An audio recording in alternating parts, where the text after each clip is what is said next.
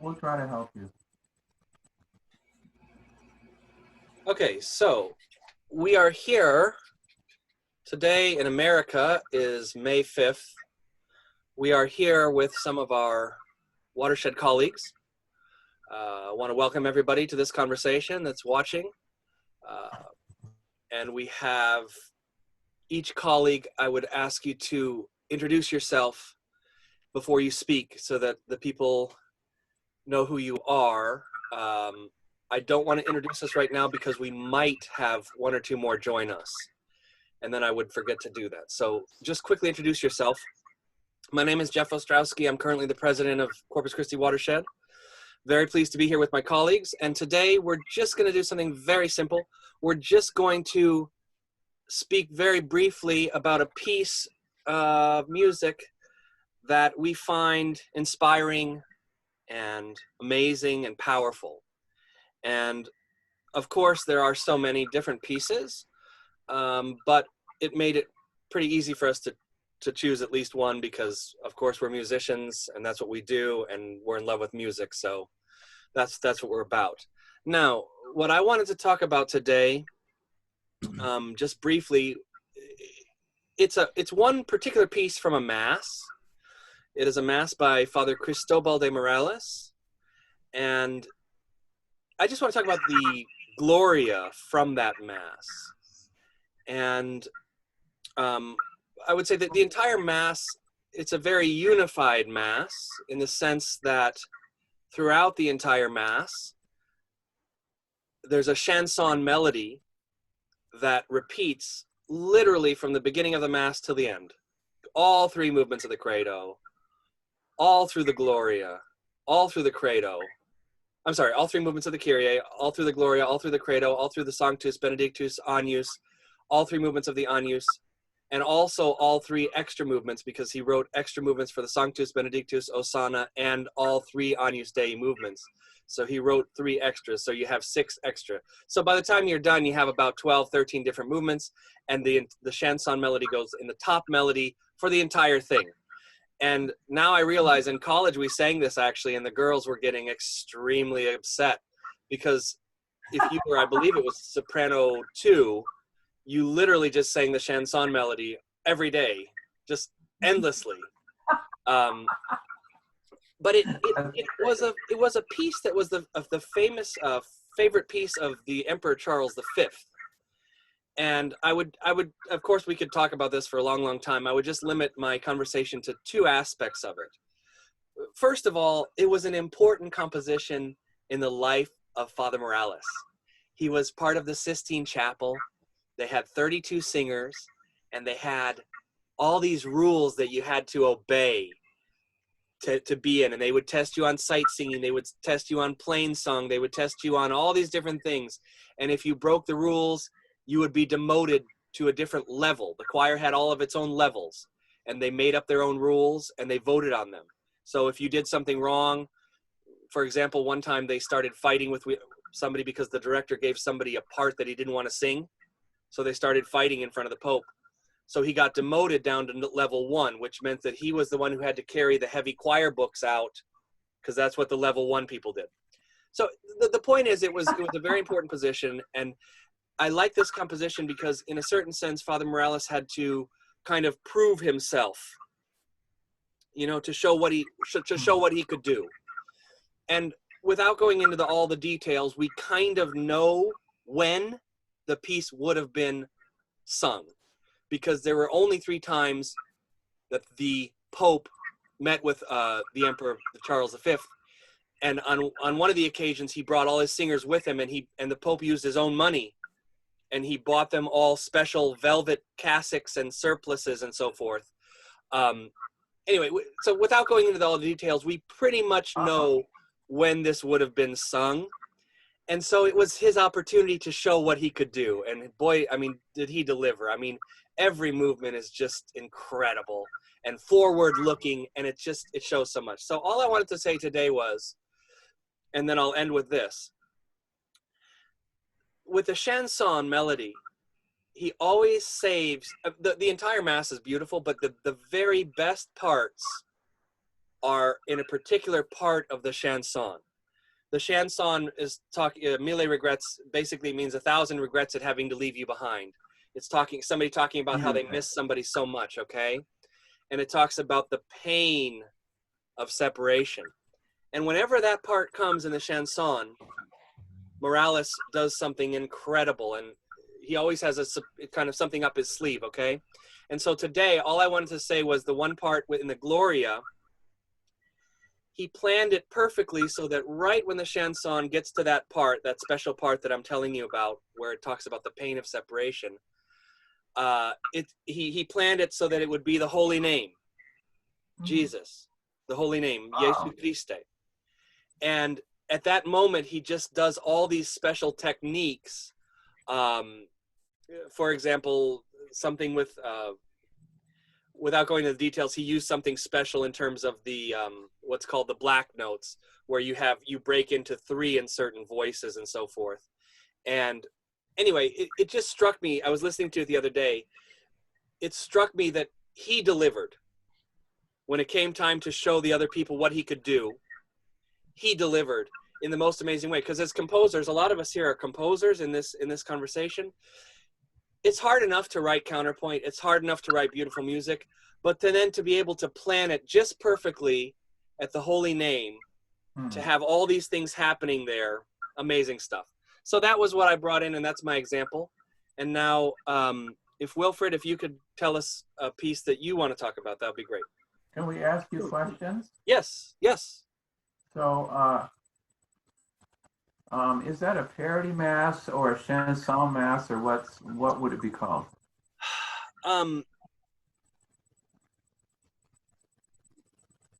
Or does it matter at all?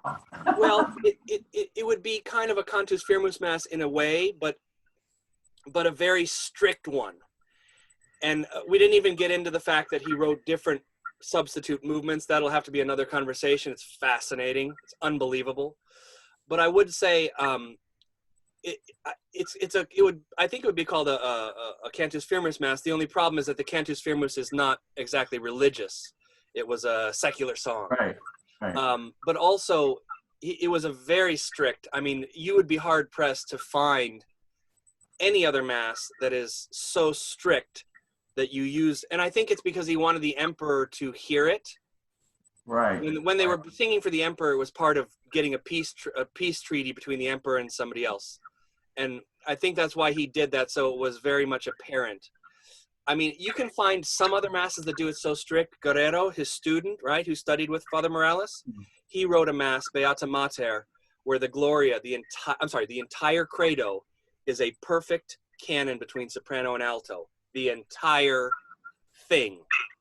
So I'm not saying that there's nothing else as strict, but I guess it would be a very, very, very strict cantus firmus mass, and somebody could correct me on that, but that's what I would probably call it. It's not it's not a parody. Okay, thanks. That was great. Maybe a secular cantus firmus mass, if you would. What's the name of the mass again? Mille regrets. I'm probably not pronouncing it that well in French. Yeah.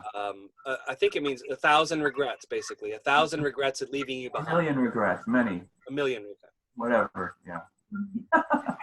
It's good. It's good. So Wilfred. I don't know about the rest of you. Did Jeff ask you to start thinking about this yesterday? Because yesterday for us here in England was the Feast of the 40 Martyrs of England and Wales, the great Reformation martyrs. So I think that's probably why when Jeff and I were on the phone, my thoughts began turning towards William Byrd, one of the composers from the Reformation. And particularly his motet Ne Iriscaris Domine. I don't really know the choral scene in America at all, so I don't know whether Byrd is a composer that's done very much, and whether or not that's a piece that's sort of commonly around. Yeah. It looks like it is.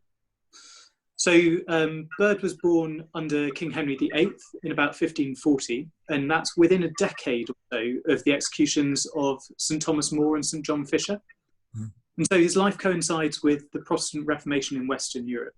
And he himself was active pretty much all of the Tudor period, which was the period of major religious ferment in this country.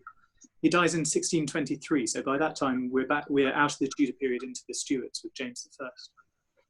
He was organist in Lincoln Cathedral in the East Midlands, and when he was there, the chapter of the cathedral found him guilty of certain matters alleged against him in 1569. Those matters aren't ever really specified, but Lincoln is at the time sort of a hotbed of extremist Protestantism, and Byrd certainly isn't of that party, though in 1569 he himself isn't yet a Catholic.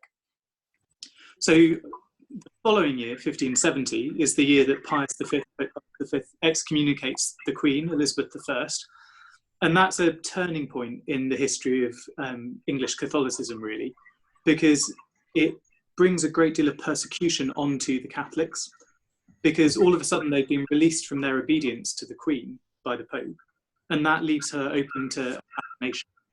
And so as a result of... Hold on, you're cutting out. It leaves her open to what? Assassination. Because now her Catholic subjects aren't bound by obedience to her. But it's at some point in that decade, the 1570s, that Byrd converts to Catholicism and joins what's called the recusancy. So recusants are those Catholics in Protestant England that continue their faith and pay the fines and things like that to be able to continue to be Catholic. In 1577, his wife is prosecuted for recusancy, for being a Catholic. And then the next decade, he himself has his property on the list of houses to be searched. We know that Byrd knew St. Robert Southwell, who was martyred in 1595, and Father Henry Garnet, who was a Jesuit who was eventually executed for his alleged part in the gunpowder plot by Guy Fawkes. I think 1606, I think he's Garnet killed.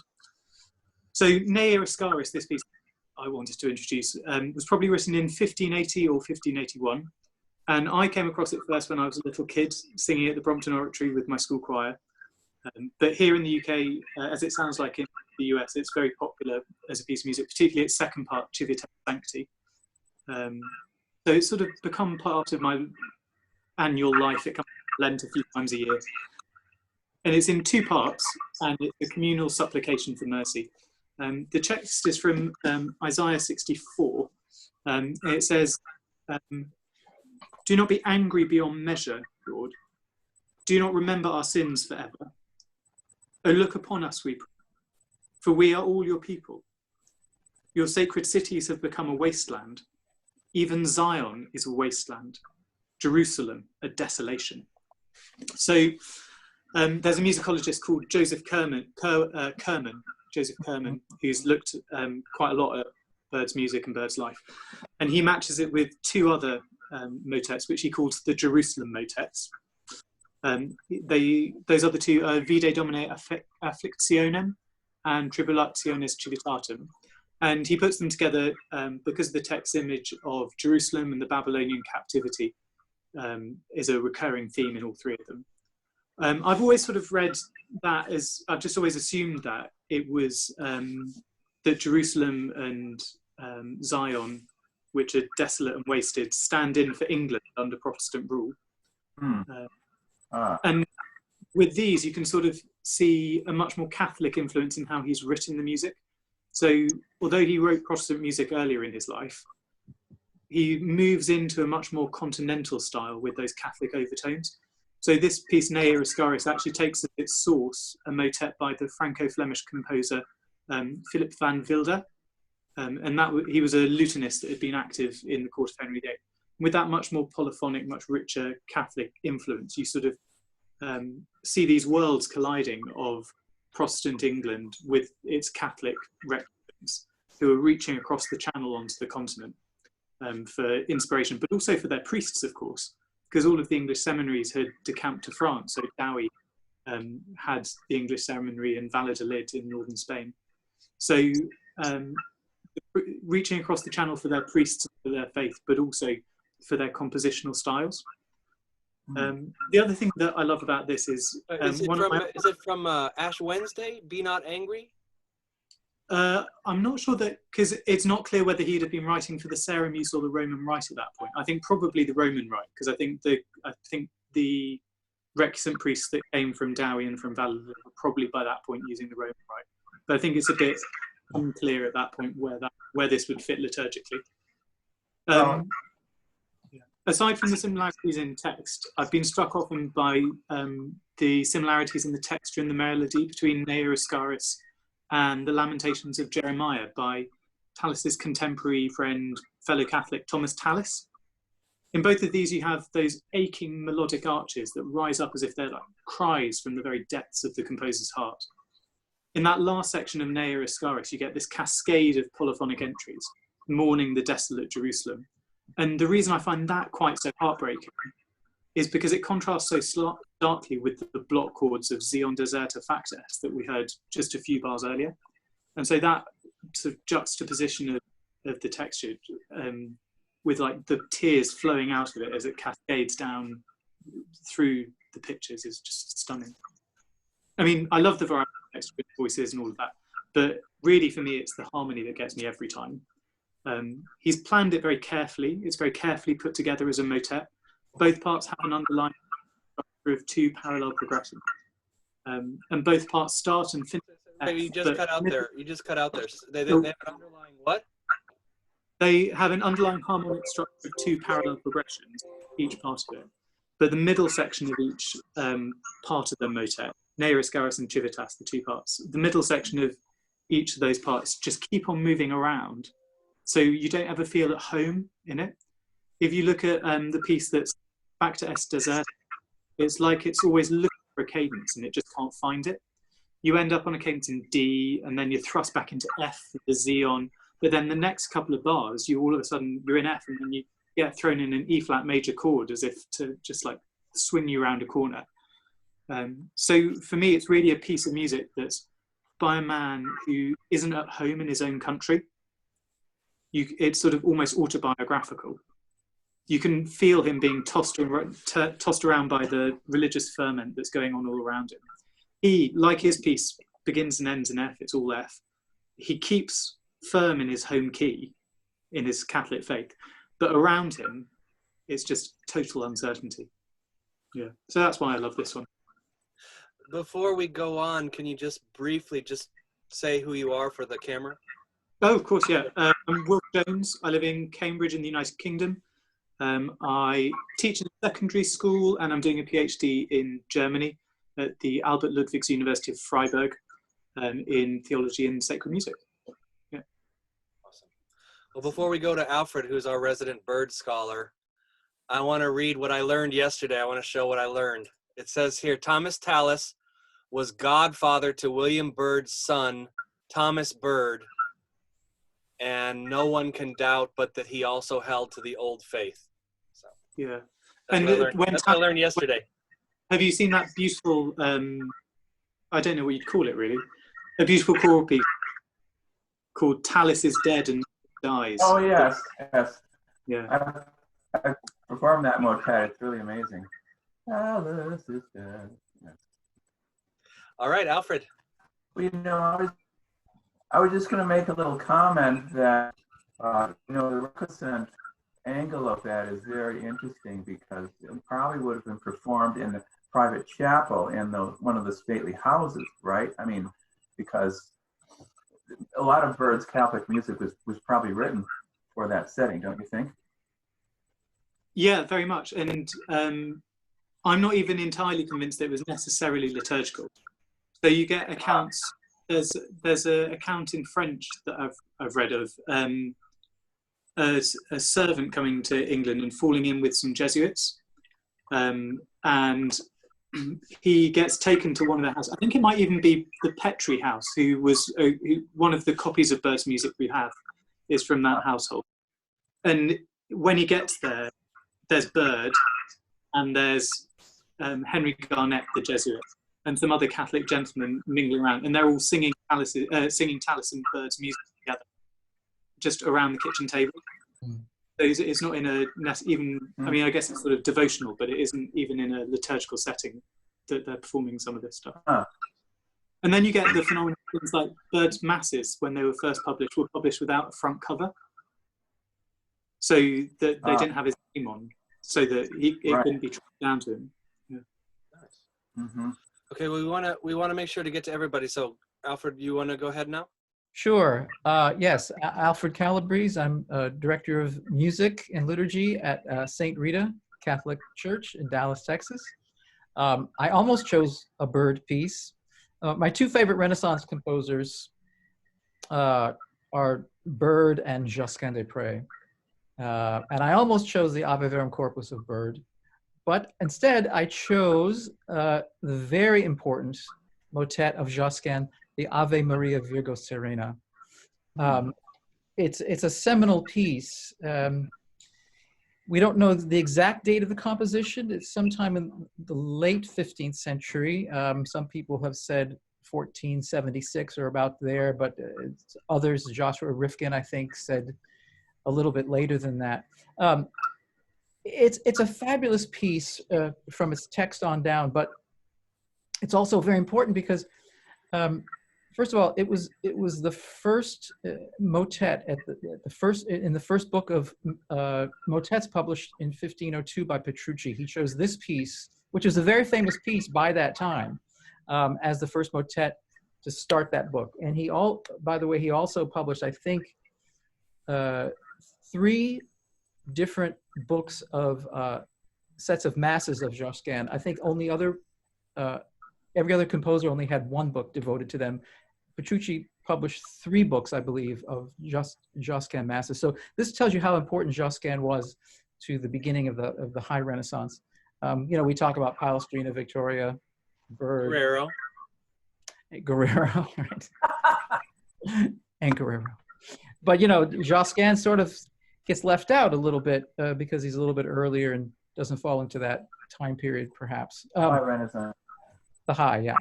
So this is a great motet, and the text is a wonderful thing. Each strophe speaks of different aspects of the Virgin Mary. So it begins with the regular Ave Maria, and it's a salutation: "Hail Mary, full of grace, the Lord is with thee," and then the text names her Virgo Serena, and then it goes into these different strophes, each with moves through her life, essentially. Conception, birth, annunciation, purification, and assumption. And then it ends with a very personal prayer. O Mother of God, memento mei, remember me. Amen. It's an incredibly beautiful piece and inventive. The things that make it important in history are things that, for instance, the paired voices of Josquin, which he basically, may not have invented, but distilled them down so that they became paradigms for composers.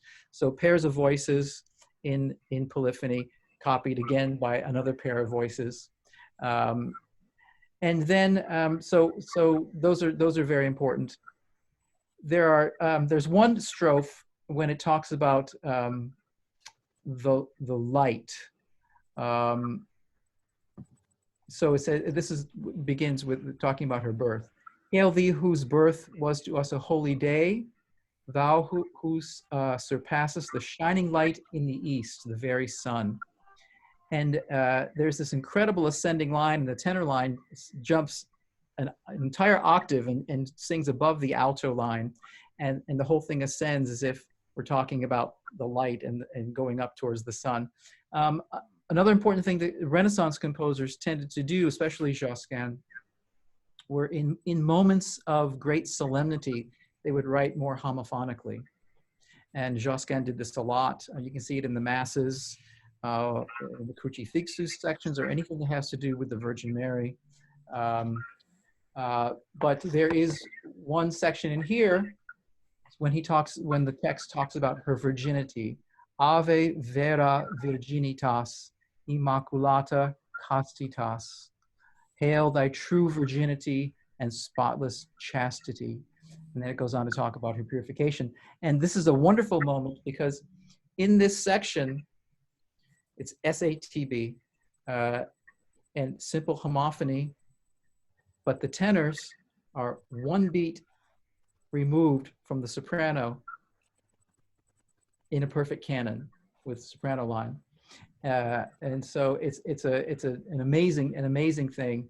The other thing that Josquin was a master at was what we call elided cadences. So just as, for instance, if you had a 3-voice texture, 2 voices would make a cadence, you know, a perfect cadence, one moving by a half step, another by a whole step, and then that 3rd voice would keep going. And sometimes that 3rd voice just cadences a little bit later and just holds one single note, or perhaps another time, 2 other voices, another pair, and another strophe begins again. So there's this incredible seamlessness.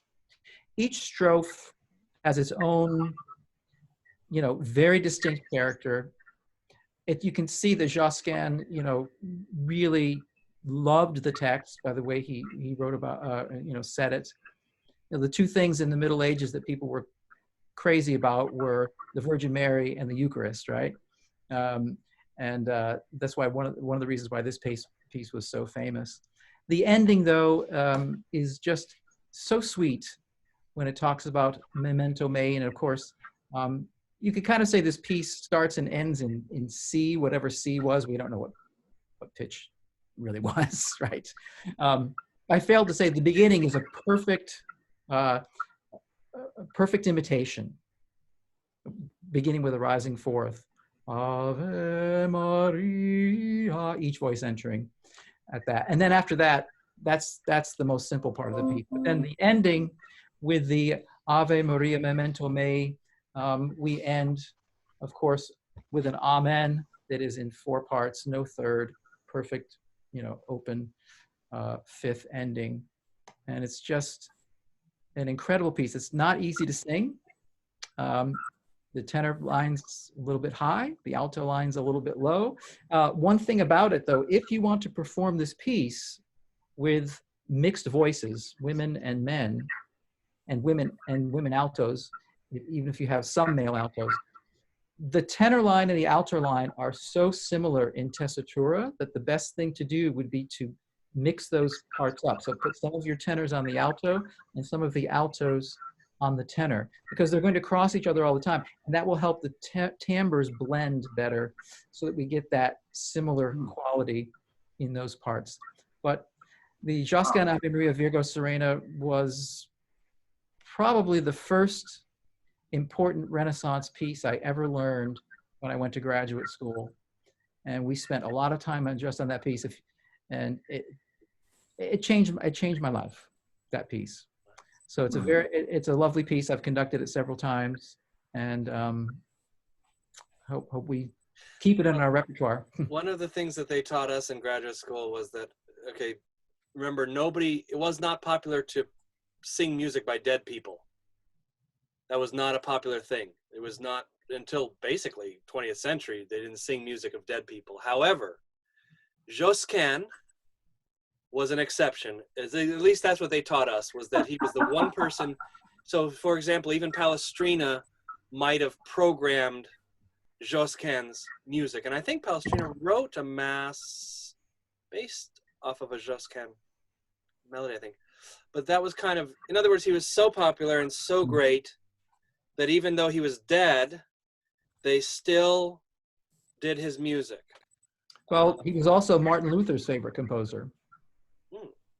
Yeah, and I remember what he said about Josquin, something like other composers, the notes move around for, I can't get it right. Something about he is master of the notes, that kind of thing.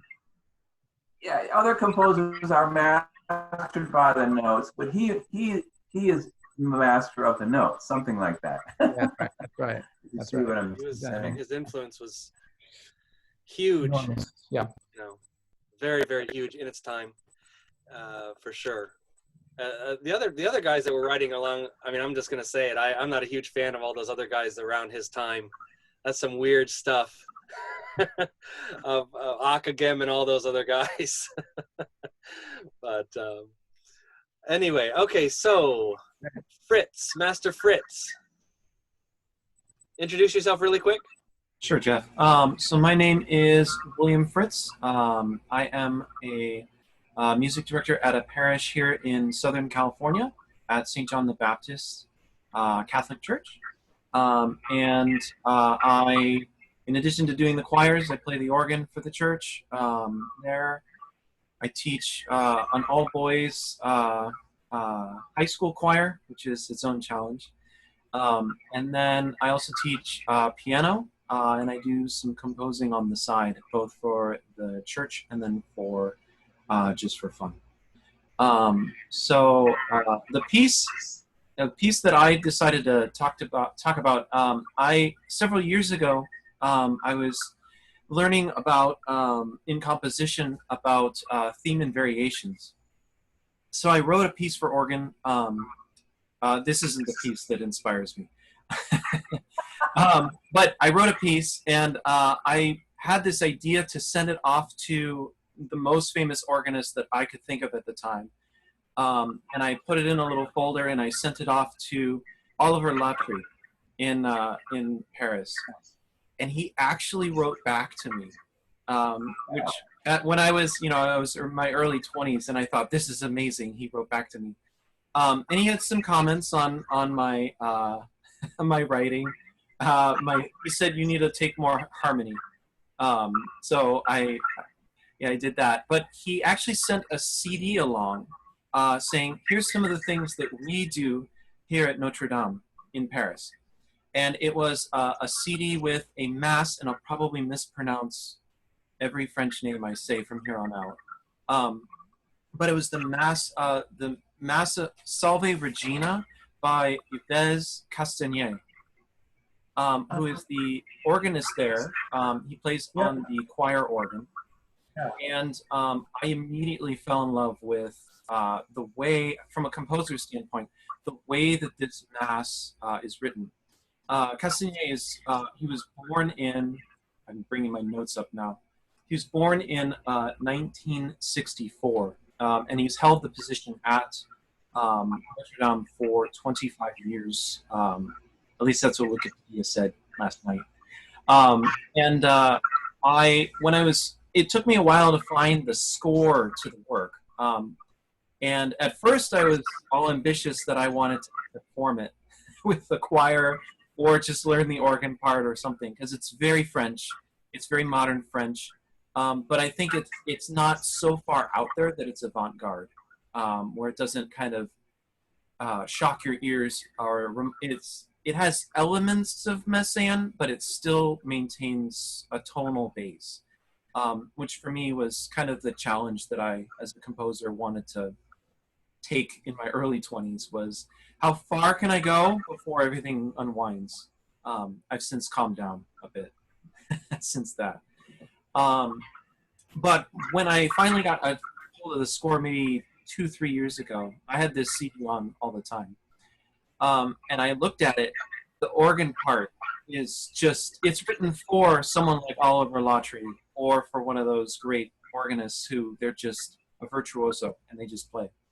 But something that was kind of interesting, it actually uses 2 organs, so that drastically limits the kinds of choirs and parishes that can do that. So it has 2 organs, which Notre Dame has the organ up in the choir loft, and then the grand org in the choir, and then in the they have a choir organ for just the choristers. And he actually says, and this touched me especially in light of the recent fire that destroyed a lot that really destroyed the church, the cathedral. And I was so glad that they're renovating it. But he said that it was inspired by the cathedral itself. Because just right here, it was on the CD insert. It is with deep sincerity that I can say that this piece was truly inspired to me by and for Notre Dame Cathedral in Paris. This music is indeed intimately intertwined with the sound environment of the cathedral, the richness of its 2 organs, the quality of the choirs, as well as to the particular atmospheres of this unique place. So dear to my heart as a musician and as a Christian for so many years. And as someone who's only been at his post for going on 5 years, I can't imagine being somewhere for 25 years. So, you really, I think one of the things that as musicians we might forget is that a lot of times our music is in a specific church or in a specific location. Especially taking into consideration that he wrote that for Notre Dame, and with that acoustic in mind. I mean, they have a great acoustic. And with those particular organs, you get a sense of how, a lot like the Catholic faith itself, how universal everything is, but at the same time, how incarnate in a particular place something can be. And as artists, we strive to produce we sing these masterworks, or we compose to try to capture something that's beyond time and space, and try to bring the faith down to be very present to everyone. But at the same time, we're in, our church, which may be really small and not have any echo because there's carpeting and stucco, or or we have a chance to be in a beautiful parish where there's a great acoustic and there's an organ that sounds really good and is in tune. So it's definitely not a piece for the average parish choir, but for myself listening to it, it just provided a lot of ideas for my own composing, and kind of his treatment of the Salve Regina itself, because he bases it on the Salve Regina plain chant, the solemn version of it, and That's the only one that counts. That's right.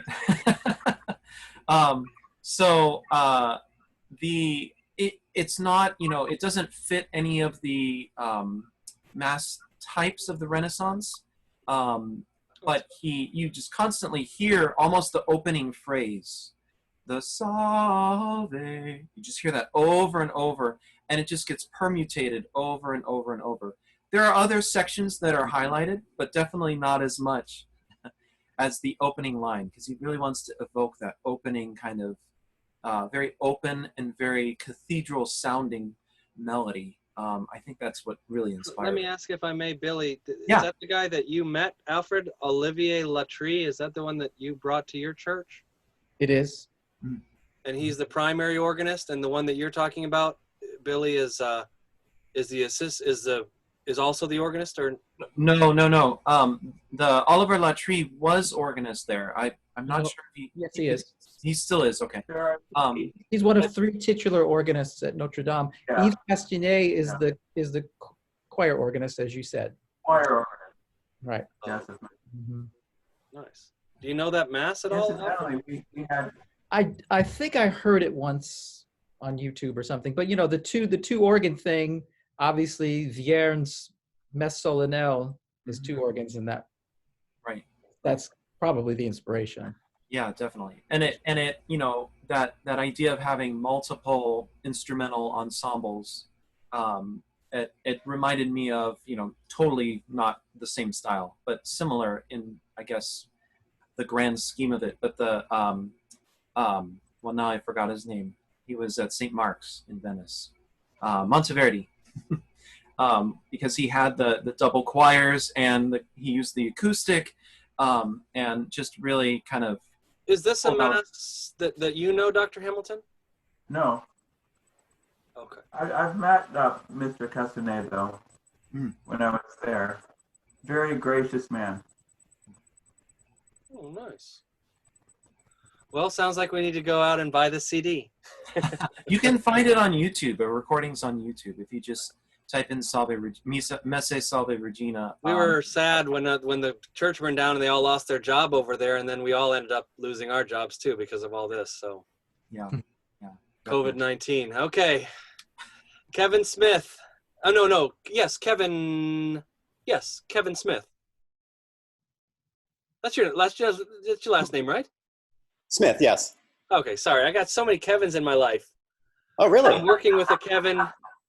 I'm working with a Kevin for recording, and then I have Kevin Allen, and then we have, yeah. But anyway. Oh, sorry. right. Yeah. I have a bunch of Kevins at the moment. Okay, not that common of a name, but it is for you, I guess. It is. Okay, you wanna go ahead? Sure. Well, Jeff, you, as we discussed before the call, you had said a musical composition and didn't say it had to be sacred. Introduce yourself. What's that? Introduce yourself. Oh, I'm sorry. Kevin Smith. I'm the music director at St. Stephen the First Martyr Parish in Sacramento, California. We are an apostolate of the priestly fraternity of St. Peter. Nice. And so, Jeff, you would not your vocation is actually a husband. Yes, there you go. Forget that. So you didn't set ground rules that it had to be sacred music, but of course that's where my mind went. And the first motet that popped into my head was O Bone Jesu by Loiset Compere. And he was 1450 to 1518. Huh. Now, none of my choir will be surprised. I just love this piece. It's like this irrational love I have for this piece.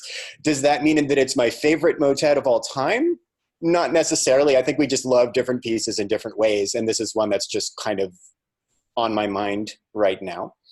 I would say overall, this is a piece that's it's very pure and innocent and simple, almost to the point of maybe sounding a little bit naive to the modern ear. We've got these crunchy chords and 8-part divisi and all this. And then here's this sweet, pure piece. It reminds me of just a very pure glass of water. Sometimes you want a stiff drink, sometimes you want strong coffee, and sometimes you just want water, you know.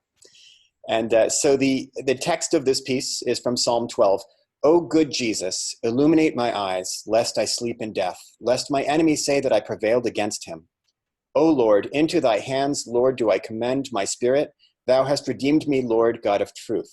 And then compare taxon. O Messiah, I have spoken. Lord, let me know my end. And, you know, how do you describe a piece without actually listening to it? But I'll try. This one, to me, really, it starts off a very simple texture, one voice coming in at a time. And to me, it's like awakening from a dream. And this is one that, you know, my choir could tell you, I'm kind of a stickler about don't drag. Don't make every phrase of every piece a big rubato, right? Because then you've wasted it and you can't take it has no meaning anymore, right? So I'm always, you know, don't drag. But this was a piece that I had to you know, they had to work to trust me. No, I know we're dragging. We're doing it intentionally this time. We're just taking our time to, you know, rub our eyes and wake up and come into this beautiful motet. And what I love about the structure of this piece is that you get a short little phrase and a cadence, and then another short little phrase and another cadence and these little fermatas. And you can kind of build the intensity gradually and gradually and gradually. And to me, it's like the feeling of our confidence in our Lord increasing as we continue to make these petitions through the words of Psalm 12. We just get more and more confident with him. And yet there's never a big climax to the piece. It's a very gentle buildup. We sing it in C major. The soprano doesn't go above a high E. It just touches a high E briefly. Nothing crazy. But to me, the real the climax of the piece is at when we sing "O Messias," 4 syllables, each one a simple chord with a fermata, and it's very gentle and tender. And it's to me, it's like the heart saying, "Lord, I've made all these petitions, and now I'm just kind of crying out, oh Messiah." And as it winds down, we're saying, as I mentioned, I have spoken, Lord, let me know my end. It's the ultimate humility. It's like I can ask and ask and ask, but in the end, Lord, it's up to you, and let me know my destiny and where I stand with you. And the denouement, or the sort of coda of the piece, is very gentle. And I think this is a really great, depending on where anyone's choir may be at who's listening to this, I think it could be a great challenge piece for a less advanced choir that's just exploring SATB. And you're not sure what we can pull off. We want to go past maybe a 4-part hymn and something a little more adventurous. Great challenge piece. But I think for a more advanced choir, this is the kind of piece that I would never want to give up. I would never want to say it's too pat, it's too simple, it's too C major. I think if you can't sing a piece like this with sincerity, maybe there's a little bit of cynicism creeping in. You know, you always want to be able to come back to something like this and just sing it from the heart. And I don't know if I mentioned, but there are several arrangements of this piece. How did you find it? You know, it was in the choir room when I got this job. So my predecessor had picked it out and they'd sung it for a while since I got here, but it is on Choral Public Domain Library, several different arrangements of it. And I think that's about all I had on this one. Compare? Is that his name? Compare. Compere. How does he compare with other? No, just kidding. Oh, top of the heap. He's at exactly the same time as Dr. Calabrese, Josquin Dupré, isn't he? He's the same generation. Yes. So where Josquin writes, you know, enormous pieces like In Violata Integra S, he always compares. The gorgeous thing about Compare is how short his music is. He just does minutes, and just does them perfectly. Yeah. Have you seen that Josquin wrote like a 40-part canon? Have y'all seen that? Here. It's like a 40-part. It just sounds like a big chord. Wow. Okay, Dr. Hamilton, introduce thine self. Yeah. I keep Alfred cutting in doesn't and know out you. here. I'm very sorry. Alfred has never met you before. Oh, is it my turn? Yes. My name is Gregory, and I'm here in Dallas, actually Irving, and I teach and do music. I'm director of sacred music at Holy Trinity Seminary in Dallas. We have about 80 seminarians at present. You know, I do the usual seminary-like things there. I play the organ, and we have several choirs. And Where did you get your doctorate in organ? University of Michigan. Nice. With Madame Mason. If we had more time, I'd tell you a story about her and Notre Dame, but email me later. I'll tell you guys, but it's very funny. But anyway, so people ask me what I do there, and I say I try to get the priests to sing. So that's basically my job. It's usually a challenge, but you know, try to instill some love of sacred music and the importance of that in the liturgy, so they'll hopefully take that into their careers. Well, you guys have done so much better than me. I couldn't really figure out what to do, and I was going to choose something really big, like the St. Matthew Passion or something. I thought, that's ridiculous. I'll never even be able to start. So I went completely in the opposite direction, and I chose a very simple hymn that has always spoken to me. And this is, it's O Gladsome Light. And this is a translation of the earliest Christian hymn. I mean, the actual sort of extra scriptural Christian hymn that we have from around 400. Philos, how is it pronounced here? It's Latin. I'm looking for the actual. Yeah, Phos Hilaron. You know, light, joyful light, or gladsome light. As a matter of fact, I've got my little keyboard here, and I'm just going to try to play a little of this. You probably know it. I don't have any of the harmonies, so I'm just going to try and remember what it's like.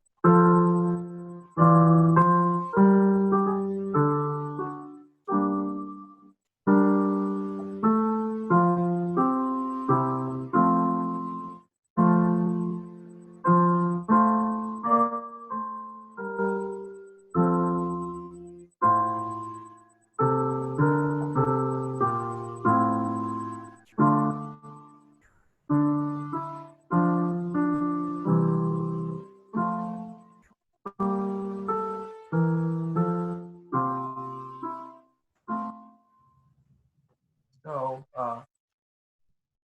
the tune the tune is Nunc Dimittis, which is from the Louis Bourgeois Psalter. You know, one of those early collection of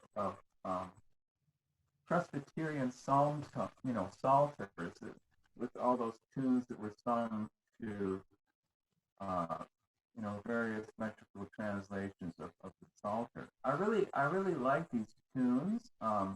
They're extremely simple,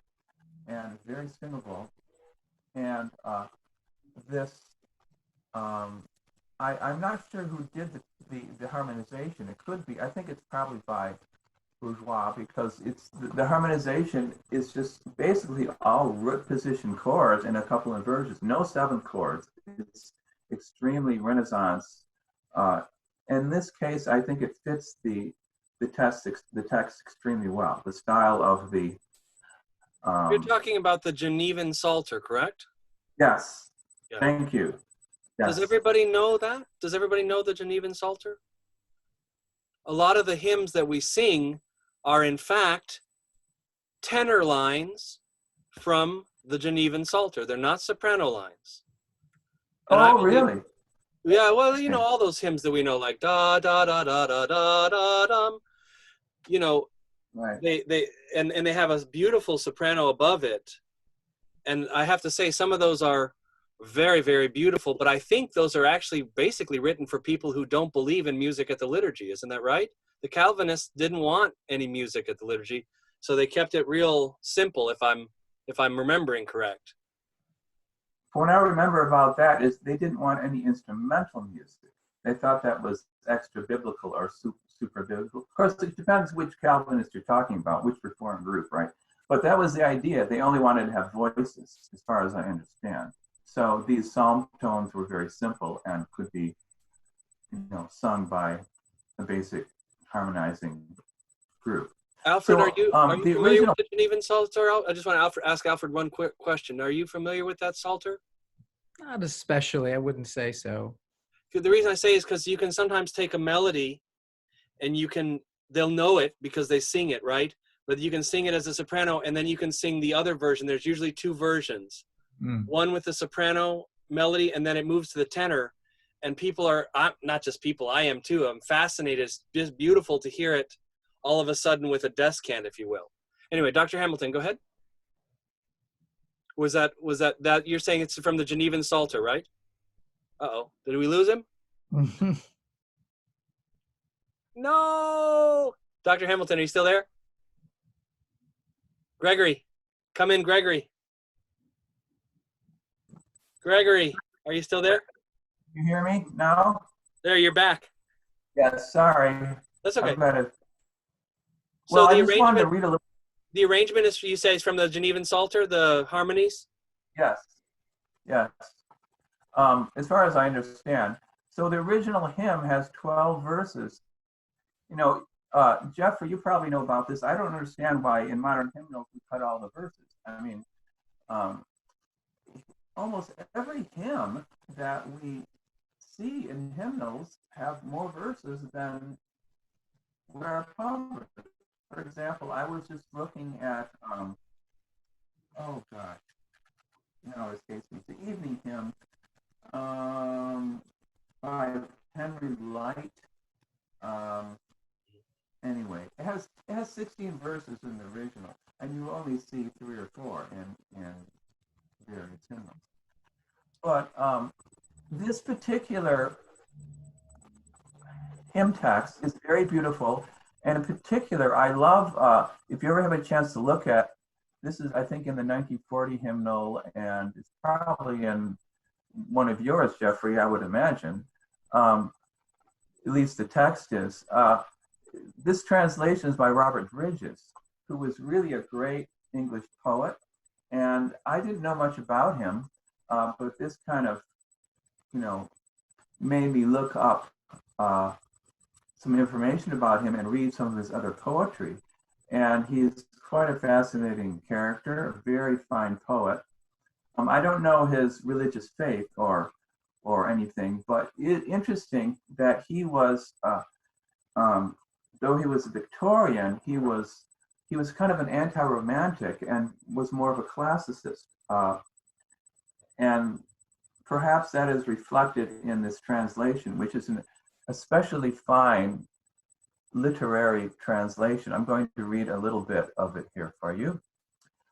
O gladsome light, O grace of our Creator's face, the eternal splendor wearing, celestial, holy blessed, our Savior Jesus Christ, joyful in thine appearing.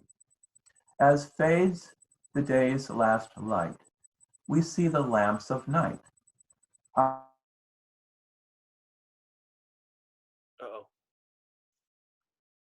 Gregory, did we lose you? Gregory, did we lose you? Yes. Gregory, are you there? Can you hear me? Oh, you're back. Yes. Well, I don't have a lot to say about this. I think it gives an interesting glimpse into the early church.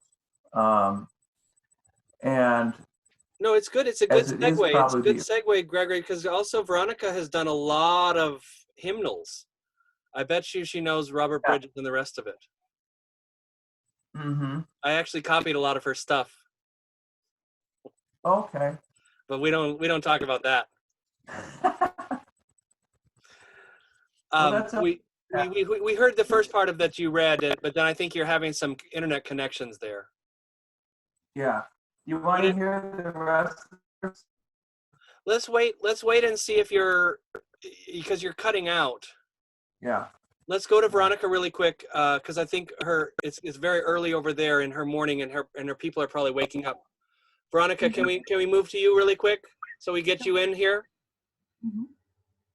I'm Veronica Brunt from the Blue Mountains in Australia, and I guess I'm music director at Our Lady of the Nativity Church, Lawson.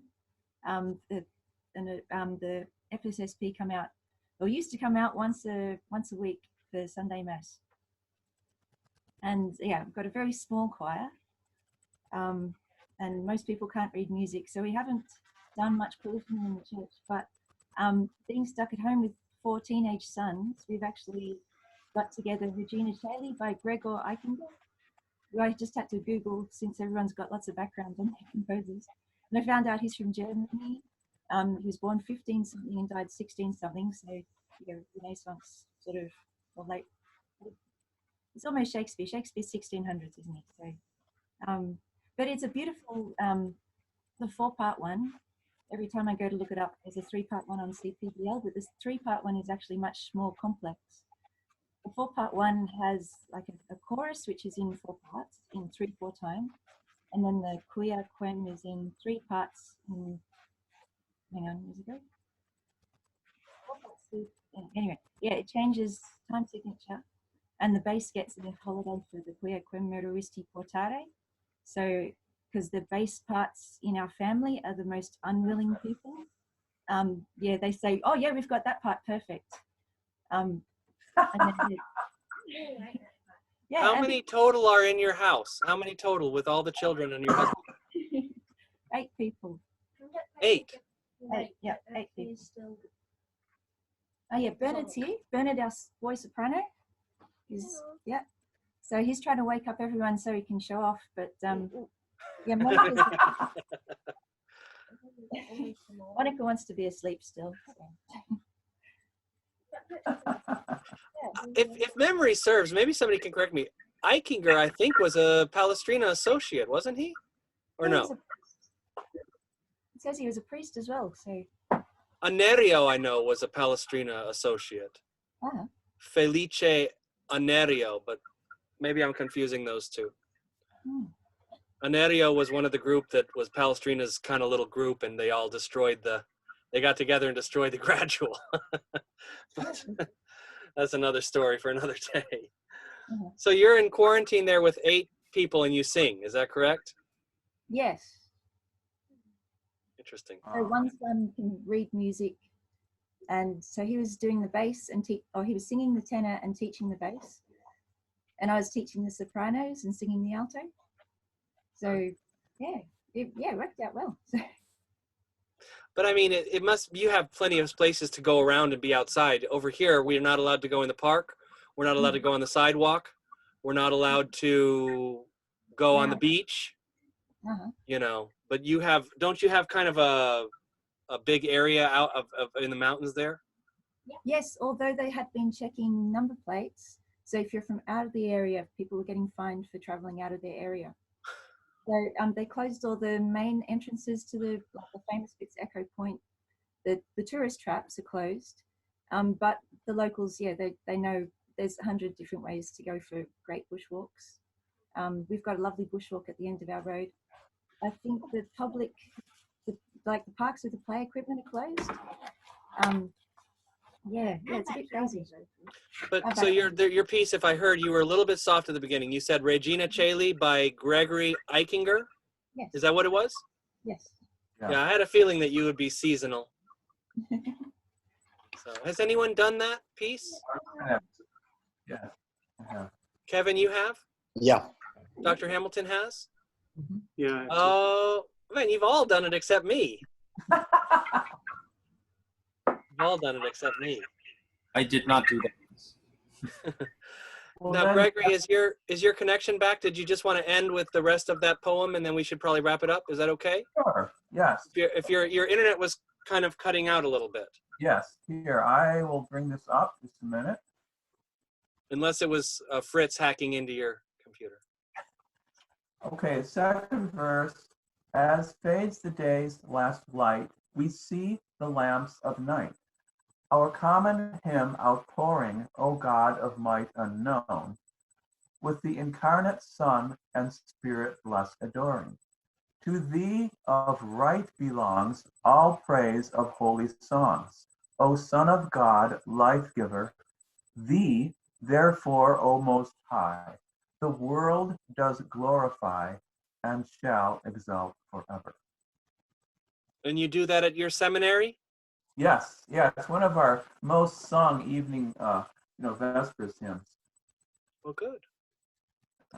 Well, I appreciate you all stopping by. I found it fascinating. And I think at this time, because we have these different time zones, I think it would be appropriate to end. So I will leave you in peace. And again, I just thought we should do something positive. I was listening to something beautiful, and I thought that we should let people know about some pieces that they might want to look at. And that was the only thought, was that, with all this happening, that it might be okay to let people have some ideas, and hopefully they learned something. I mean, I have learned a lot just from everybody. I don't think I knew any of these pieces. So I appreciate that. And Veronica, thank you for getting up early. What happened to all your other women? We have so many women that are contributors, and you're the only one today. You got to speak to them, okay? Okay. Okay. All right, I'll leave you all in peace. Thanks so much. God bless. God bless. Thank you. Thank you.